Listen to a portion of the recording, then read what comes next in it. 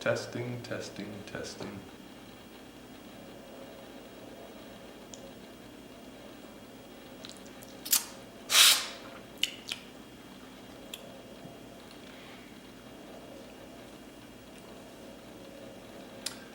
Alrighty, let's go ahead and get started here. So we'll get started in just a second.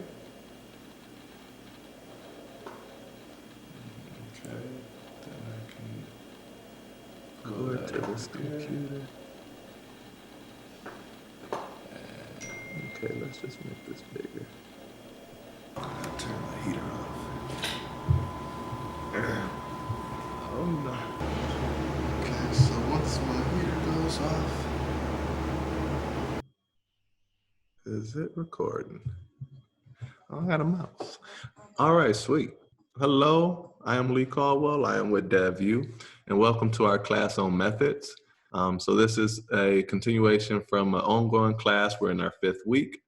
So if you're just jumping in with us, go ahead. Feel free to jump in. I'll try to break everything down so that it can be easily understood.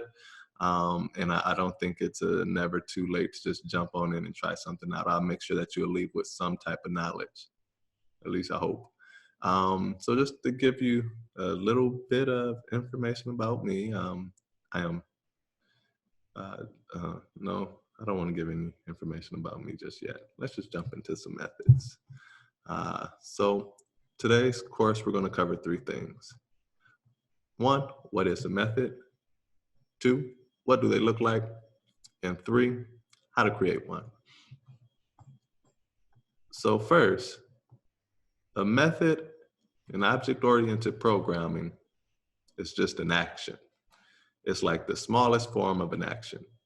So one thing that, is easy to kind of wrap my head around, and most people, it's easy for them to wrap their head around, the idea that Java, like all other programming languages, is a language. So in language, you have things or objects, and you have actions or verbs or methods. So that's one way to think about like just what a method is, just in general, in plain sense.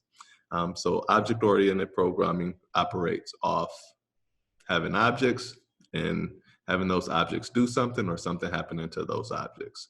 So the method is that action, that the action that makes methods or objects do something, or that action that does something to an object. So if you could just think of a method as a verb, you would be clear, you'll be good to go, you'll be rolling free. So that's pretty simple, right?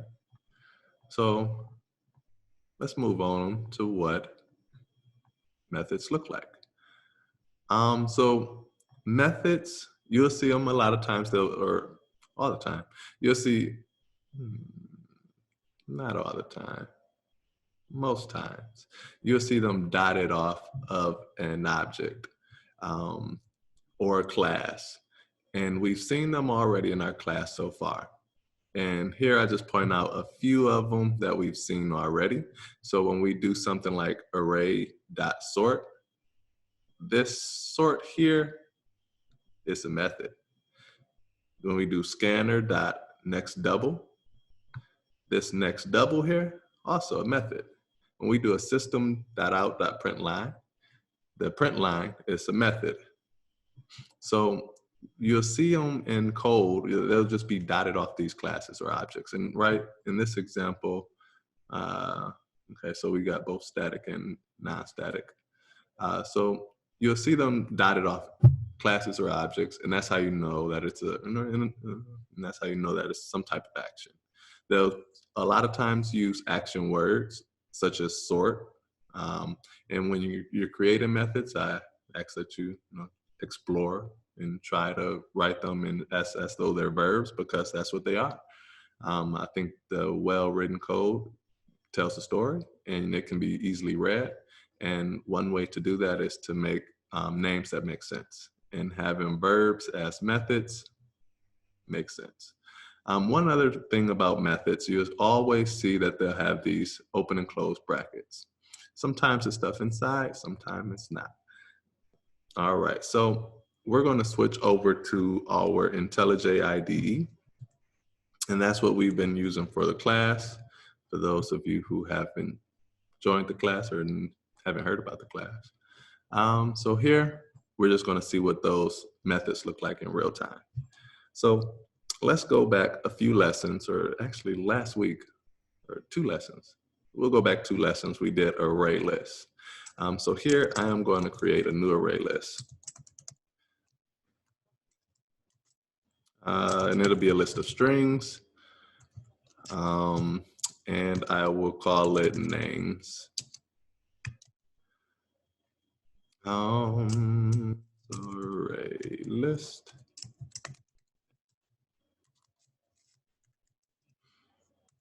Okay, and then a new keyword here. And then if I do an Alt Enter, it'll automatically import our Java util ArrayList. And I need to spell string properly. All right, so now I have an array, an empty array. And now remember when we were adding strings to our array, we had to do something like this. So we'll use the name of the array we just created. So names, and then we'll do a dot add.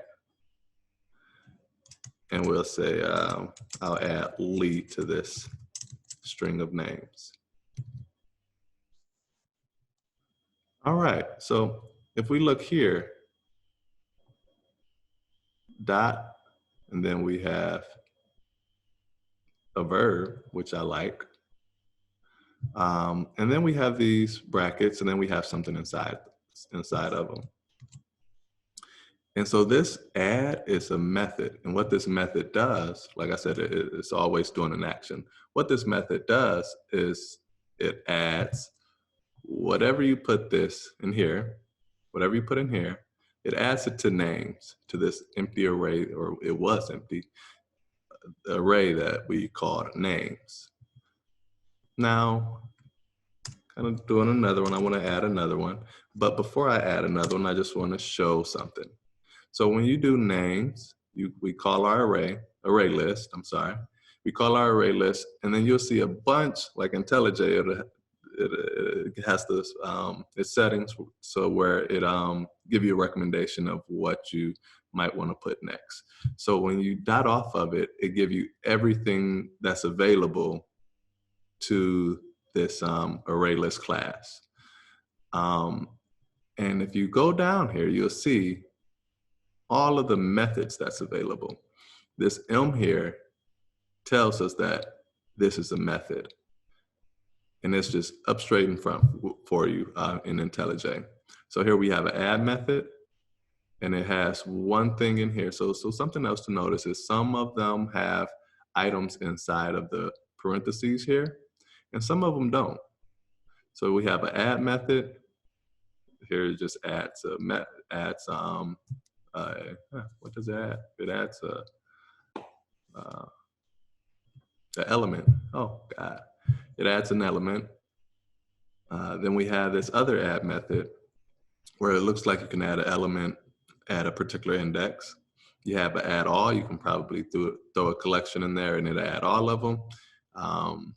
Add all with the index. So I'm guessing that you can add it starting at a particular index.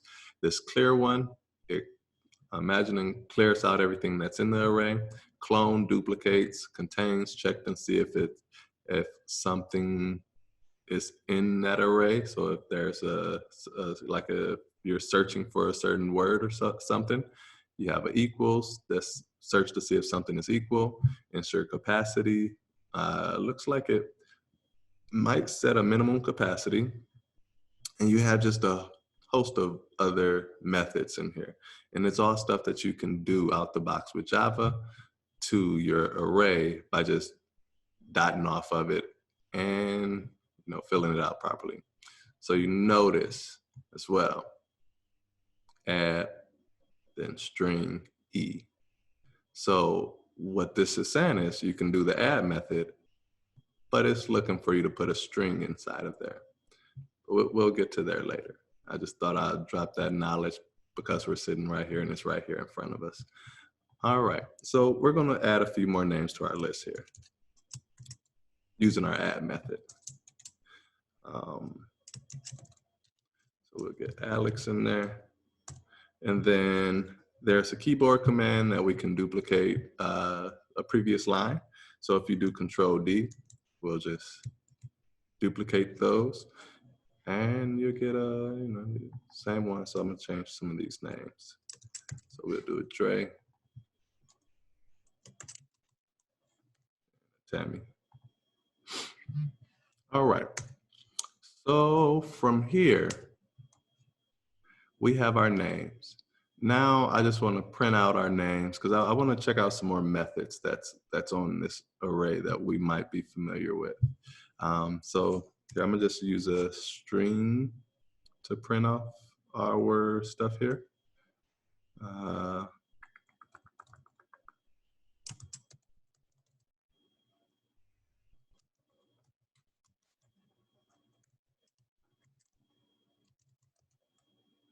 Then again, I'm gonna do an Alt Enter so we can get so we can import the streams here. So names that each and system. There we go. Okay. So what this will do is it will just print out our array list to the console. So we run that code there.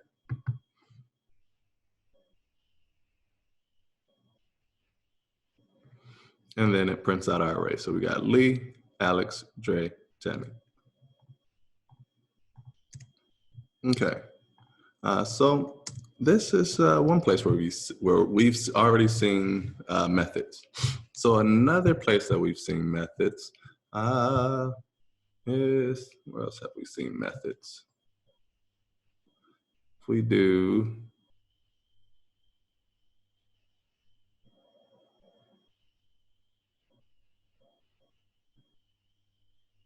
I know another place where we've seen a method, our scanner.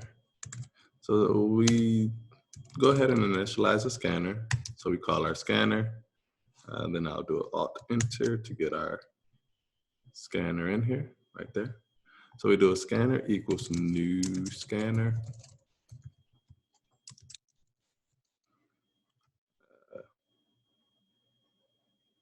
And then system dot in.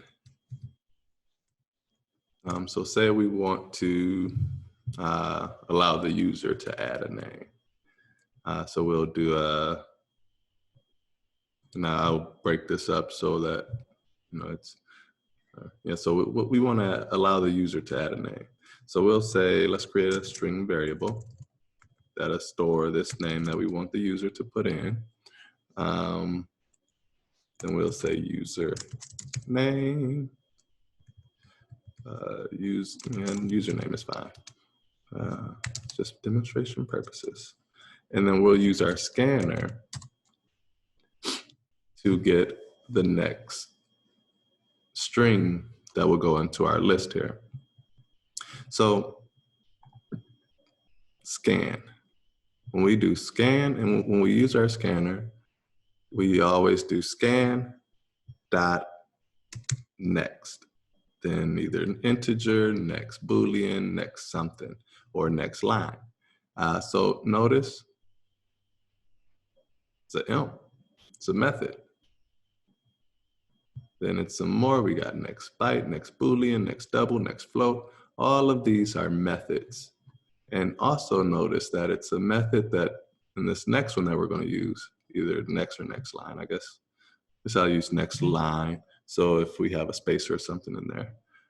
So we're gonna use next line and notice that it takes no parameters or there's nothing inside these parentheses. So we'll do next line. All right. So then we will go ahead and add this name to our list of array, or our array list of names. So we'll do names dot add, and then we'll pass in user name, because we want to bring in this username that we're getting from our user. We want to bring that in and add it to our array list of names.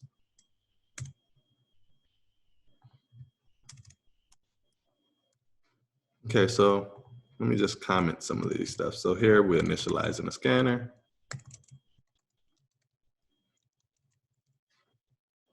Initialize.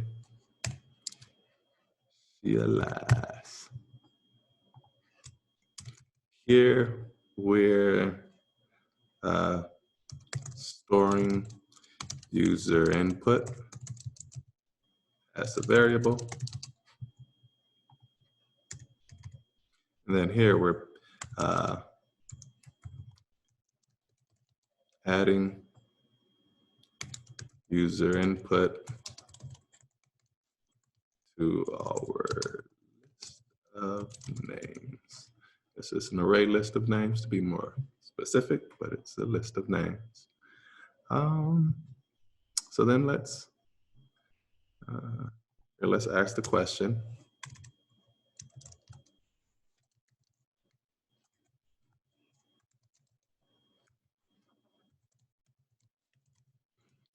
Okay, so for this one, we'll use system.out. And in IntelliJ, again, if you use the SOUT, S-O-U-T, and you hit enter, it automatically pulls up the print line method. And I'm gonna just tap this over just so everything's balanced.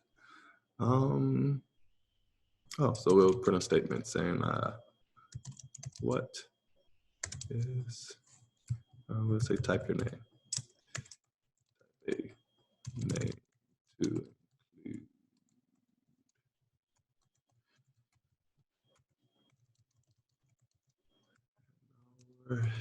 list. Okay, so let's run this through, make sure it works. Because you never want to assume that everything is right. Because one small character will mess up your whole code. And as you can see, I make plenty of mistakes while I'm typing. All right, so type a name to include to our list. Barry. So we should see Barry print out, because what we're doing here, we're adding this name to our list. Boom, boom, boom. And then we're gonna, let me label this one.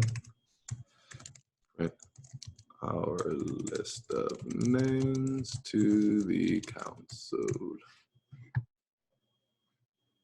Okay, so I added Barry. I'm gonna hit enter. We got Lee, Alex, Dre, Tammy, and Barry. All right, so everything worked properly, which we know we expected.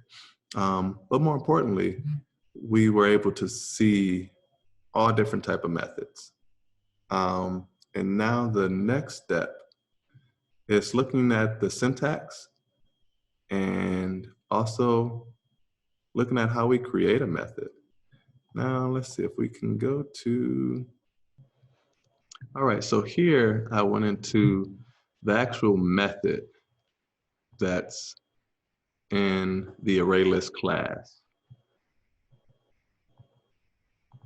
This is what's actually happening when we call that add method.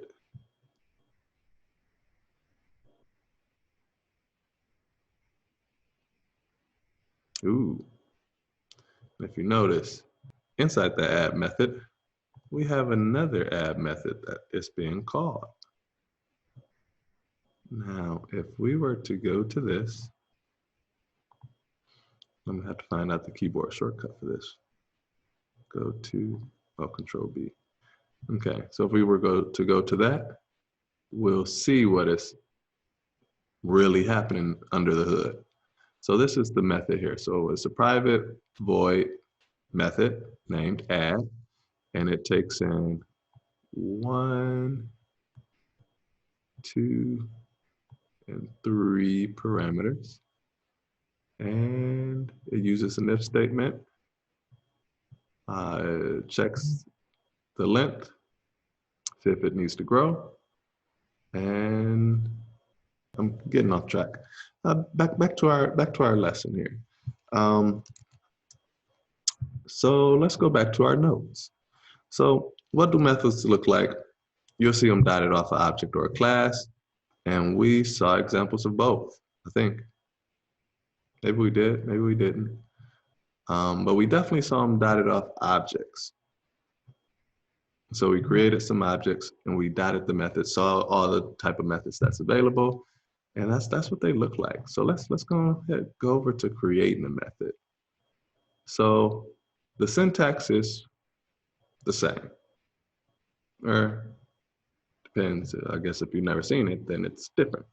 So the syntax is first you give your access level, then you give a return type, you give a name, and you throw these parentheses there.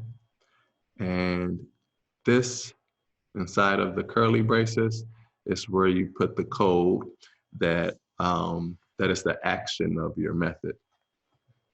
All right. So that means very little to you, I'm sure. But when we make it into a real example, it'll start to make a little bit more sense. All right, so access level, we're not going to dig too deep into this stuff right now. Right now, we're just going to do a public, and that just says that, you know, any class or any other class can use it, or it can be used anywhere in your application. Void, this is the return type. So void is saying that, you know, we're not returning anything, or that nothing, that you're doing something to the object, and that's when it's done doing that, that's it. And then this is the name. Again, the name is whatever you want to name it. And again, I say that it's always good to name it a verb if possible, but name it something that makes sense. Like, what is this method supposed to be doing? And typically those are the best names for methods. Then we have the code that we're going to put inside of it. So this method, public void, say hi, is going to print out to the system or to the console, hello. Simple enough, right? So let's do it. I'm just going to comment out this code here. Oh, that's if you highlight and do a control, I don't like that one. I don't do that. Control Shift and then backslash, it will comment out your entire block. Okay. So here, I just commented out our previous code, and I dropped this down. So that there's these arrows here that allow you to collapse certain blocks of code. So here we can collapse this method, and we can see public static void main, which is the method. And it's the method that we've been writing out of this entire time. It's part of our main class, but it is the main method. So what we're going to do is we're going to create another method inside of this same class. So the important part of that is you have to make sure that you're outside of your main method, but still inside of your class. So we're still inside of these curly braces, but outside of these curly braces. And we're going to create a new method.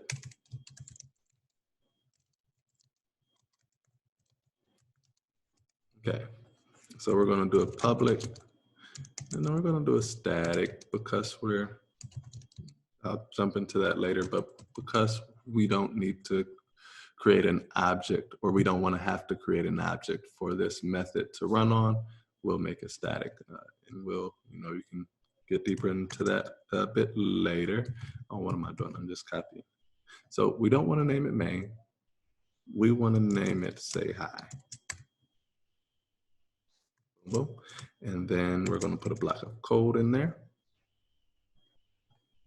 And now we're going to write our method. So, hi. So we wrote our method. Notice if I run this code, it'll return us nothing. Because even though we created our method, we have to run the method, or we have to call that method in order for that code to run.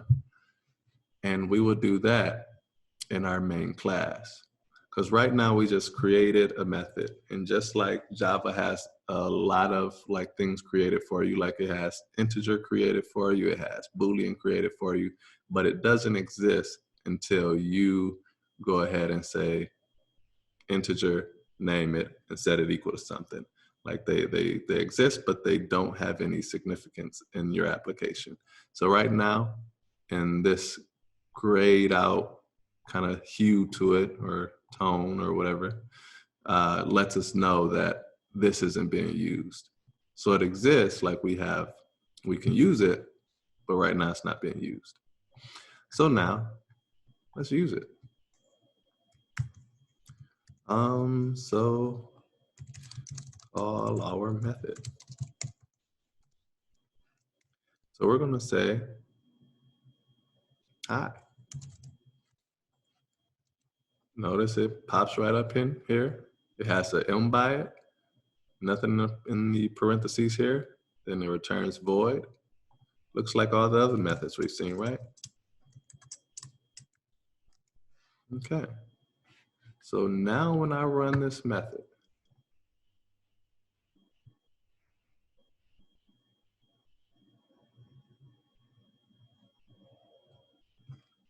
I can say hi.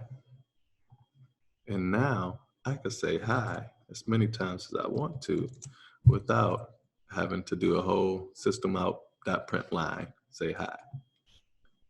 So this one should print hi 4 times to the console.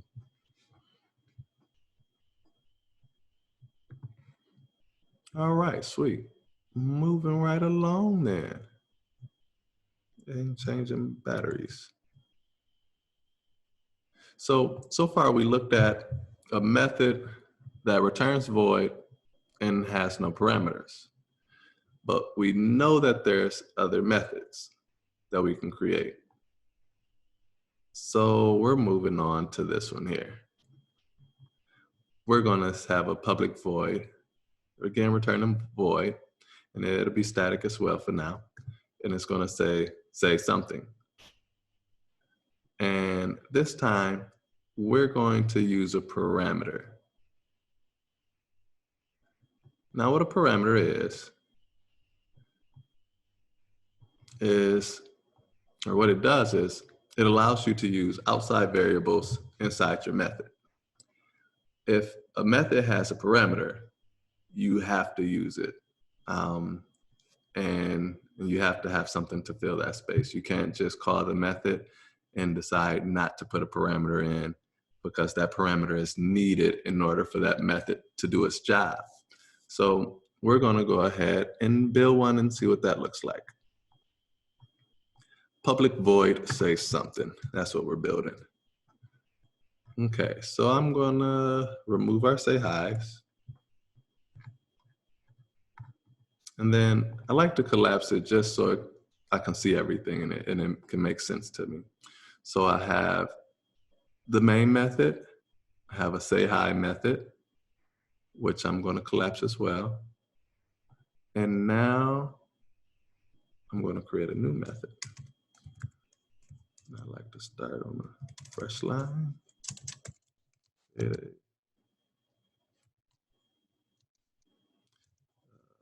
Method with, I guess it just got one, so with a parameter. All right, so we're going to do a public static void say something. And this time, like we put in our example, we'll have a string A. inside of our parentheses. So here we want system or south. And then this time, so we want whatever parameter is put in, we want that to print. All right. I'd say that we're done there. So all we did was added this parameter here. And when you have a parameter here, you should use it. Like if you're building methods that has parameters that's not being used, then maybe you don't need to have that parameter. And coding is always, and it'll always come down to efficiency. And you want to make sure that you're writing efficient code and that you're using the things that you make. So here we are what we call passing this parameter into this method. And the only way that this method can get outside information that it can do things with is if we pass it through as a parameter. Because this method here has no idea what's happening in here. It has no idea what's happening in here unless we purposefully and intentionally pass that parameter in.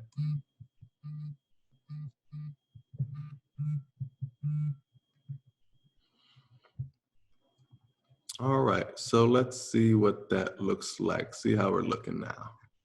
So now we're going to do, say something.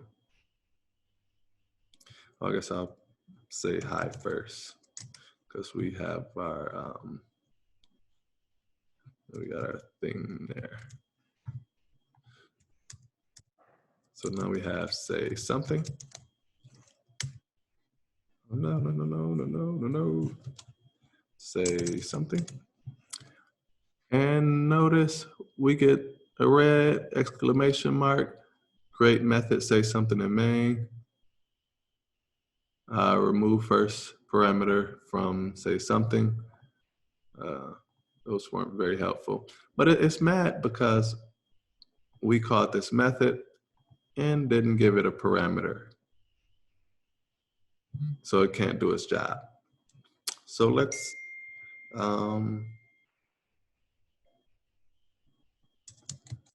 let's put a string in there. Say this.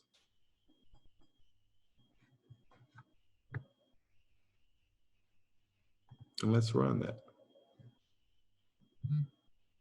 And it will print say this.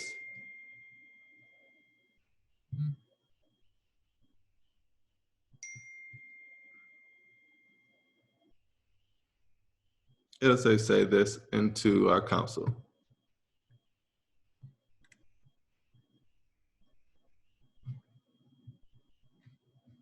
Now, what's happening is it's taking this parameter as A, and it's passing it into here to print line. So even if we are, so we can also do this, check this out. String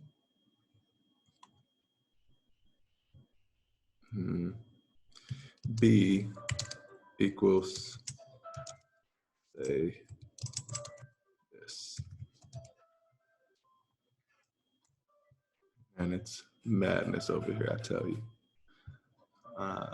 So then, instead of putting say this in here, we can put B in there.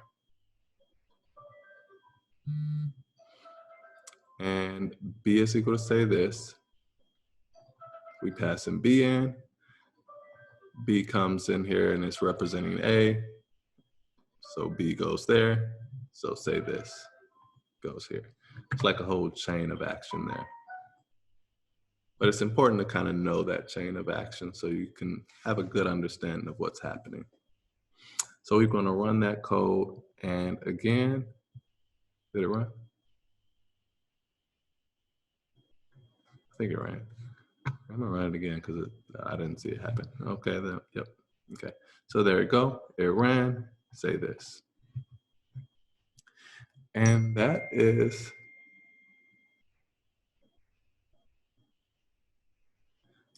a method with a parameter.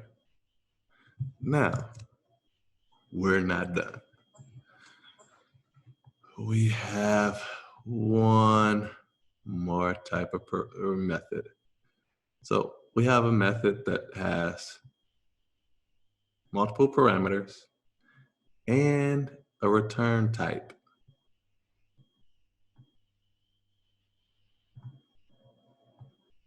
So let's take a look at this return thing.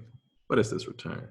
Because all of the rest of them had return void, and now we're actually going to return something. What does that mean? So a return type. So many methods will have a new object or a data type that results out of the action that takes place. So when that action takes place, sometimes you'll have something at the end of that. You'll have either an integer or a string, or you'll have an object, something that you can do more stuff with. So with our previous examples of writing to the council, you can't do anything further with that. Like once it's written to the council, like you can't go and, there's nothing more that method can do, or nothing more can be done with that. Like it's just done. It's written to the council, it's done. But say if you wanted to add some or multiply some integers, and you wanted to keep that number and do something else with it later. Like maybe you wanted to add that to some other multiplied integers that you had previously to come up with the grand total of something. Or you wanted to, like you have a shopping cart and you get 5 items. So you want to multiply 5 by the price of the items, and then you want to take that and go add it to the rest of the stuff in the shopping cart to get a grand total of how much someone would have to pay. So in order to do that, you'll have to create a method that will return something, because you still have work to do with that object or that data type. So that's the whole point of it. And you notice here, we it's two main things. You have a return type and you have a return value. So the return type is just the data type or object type that should be returned. So in this instance, we're going to return an integer. And we use this keyword return to tell the method what to return. And this C here, the thing that we're returning, is the return value. So we're going to go ahead and make one real quick, and then we'll call it a wrap. And we'll do a quick recap, and then we'll call it a wrap. All right, so let's jump over into our IDE, and then I'm going to collapse this as well and create a new method yet again.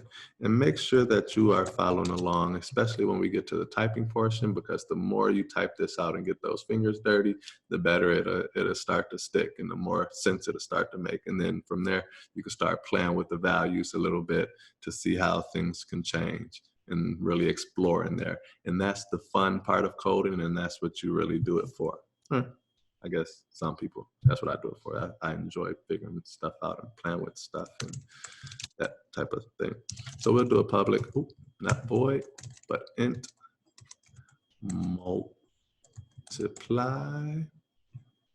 And then it's going to take in 2 integers, int A, int B. Now keep in mind, A here doesn't know A here, like different scopes. So we can name this whatever we want to, because it's only going to be used within the scope of this method. All right, so immediately when we do this, it gives us a little red squiggly down here, missing a return statement. So it sees that we should be returning something. So it's looking for something to be there. So return, and then it's looking for an integer in particular, but we don't have one yet. So if we go back to our example, we just had int c equals a times b. And then we're going to return c, which is an integer, so it's going to be happy with us. So this is it. We have a method that has a return type of integer that takes in 2 parameters, does something to them, and returns that thing. So it multiplies them and it returns the product. So let's, I guess I've changed this to methods. Let's call that method. So let's say multiply 5, comma 10. And so notice, so for this one, we might want to do a little bit more. So we don't want to just call this method, because if we call this, now I'll show you.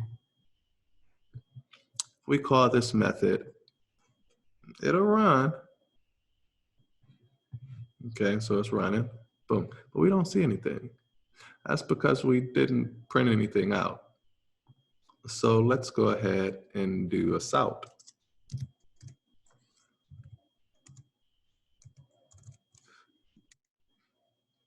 Okay, and then let's drop this right on in there, because it's returning an integer, and we can drop that right on in there.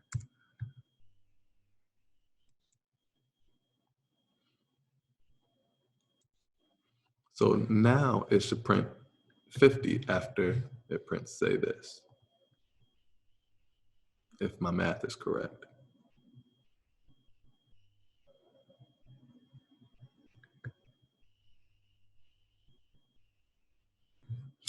There we have it, 50. Now, another cool thing you can do, and one of the big valuable things that comes out of having a return type is you can set it equal to another variable. So let's say int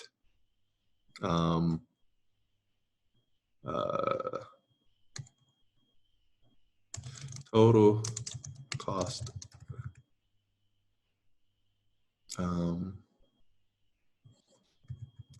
I don't want to do total cost. We'll just do total. And we can set it equal to our multiply 5 and 10. Okay, so once we do that, instead of putting that there, we could just pass in this total. So, total.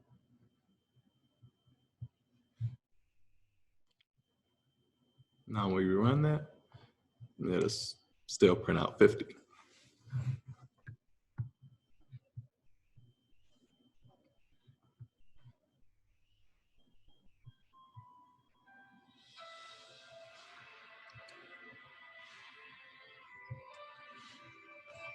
Okay, so once